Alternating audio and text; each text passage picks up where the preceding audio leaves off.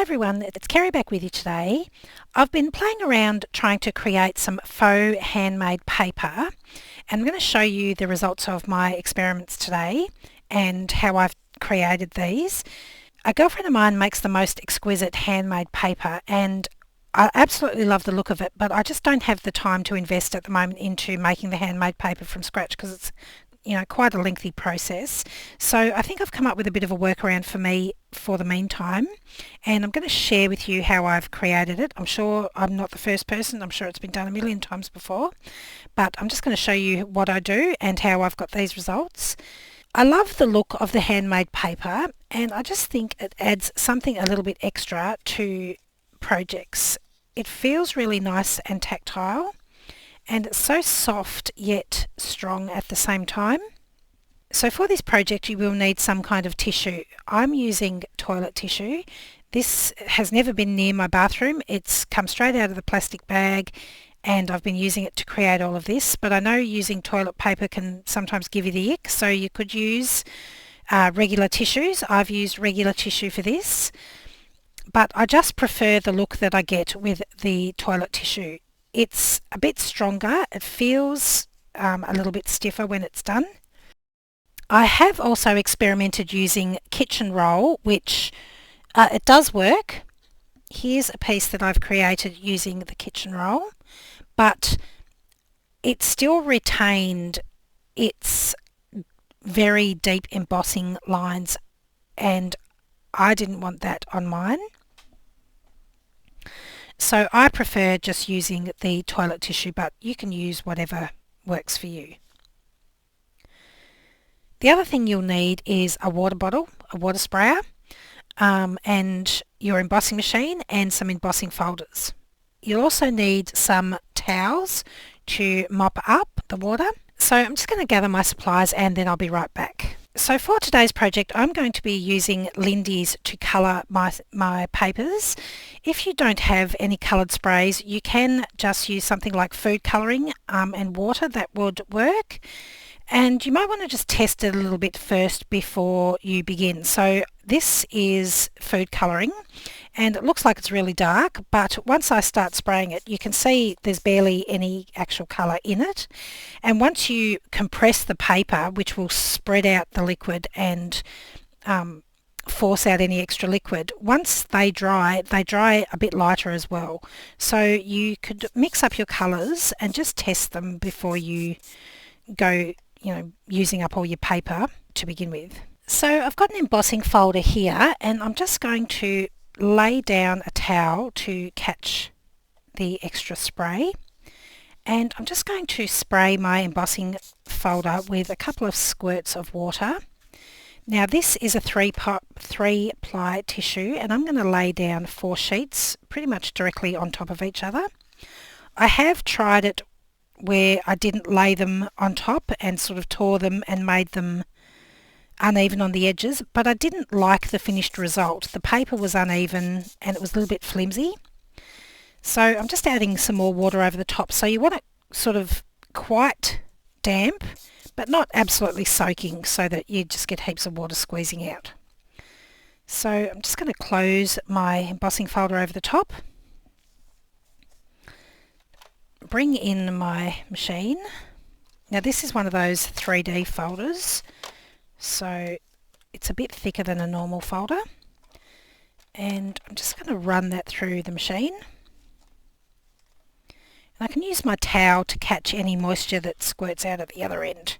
Now I've also popped my embossing folder in closed side first, which means any extra moisture that comes out will come out of the edge, not just get squeezed out of the side. If we'd popped it in the other way, the moisture can only escape from the edges. So now I can open up my embossing folder. You can see there's a little bit of pink on here from where I didn't clean it properly when I finished.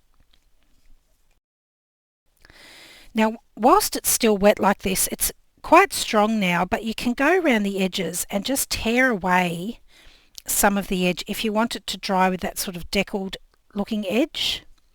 And as with most paper, this still has a grain, so it's going to be easier to tear one way than it is the other. I mean, it's wet tissue paper, so it tears easily. It's just it doesn't want to tear across that way, so I've sort of got to force it to tear. And once that dries, it'll have that lovely sort of deckled look about it. So I'll just leave that aside to dry. So one thing to note is with my experiments, I've used only water in my sprayer. If you're finding that when your paper is dry that the layers or the plies are separating, you may wish to add some kind of water-based adhesive, just a very small amount, in with your water. So like a PVA or something water-based. And I would highly recommend that you don't leave that in your sprayer because it will clog your sprayer up. I haven't needed it with my tissue, but I'm not sure what it's going to be like with all the other tissues. You'll just have to sort of experiment and see how it works with your tissue. So now I want to make one with some colour in it. So I'm going to start in the same way by just applying a couple of squirts of water to the base. And then I'm just going to add my tissue again over the top.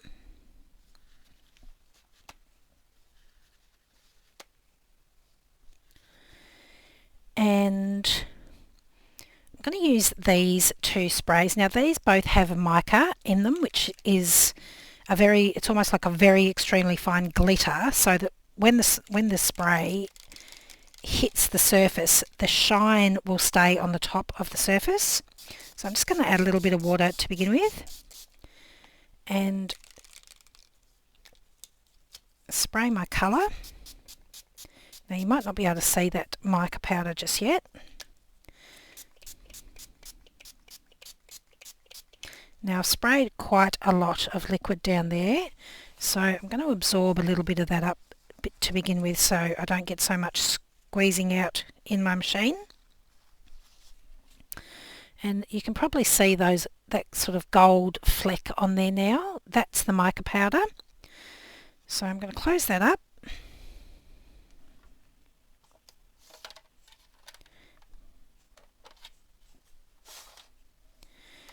Bring my machine back. Oops.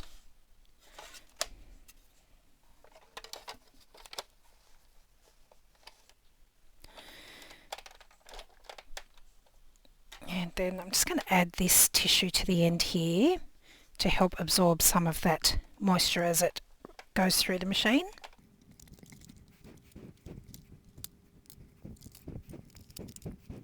So when I open that up, you can see the mica is sitting there on the surface. Now I should have actually done this one up the other way and had the mica on the embossed side, so the mica is showing on the front.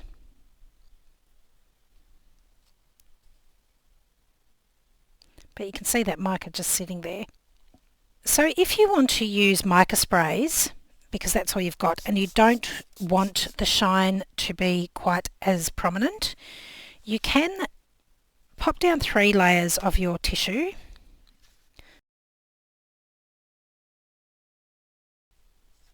I'm just going to add the water as usual. Then I'm going to pop my colour on with the mica.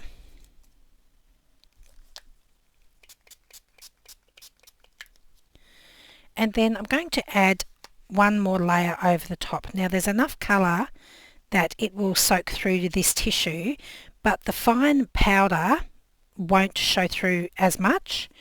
And then I'll just pop a little bit of water over the top. And then run that through the machine.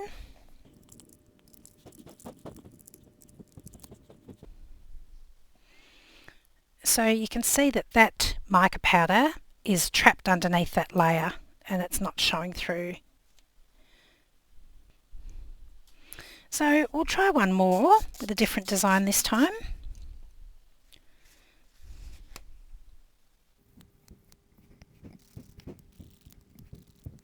Just going to mop up some of that overspray.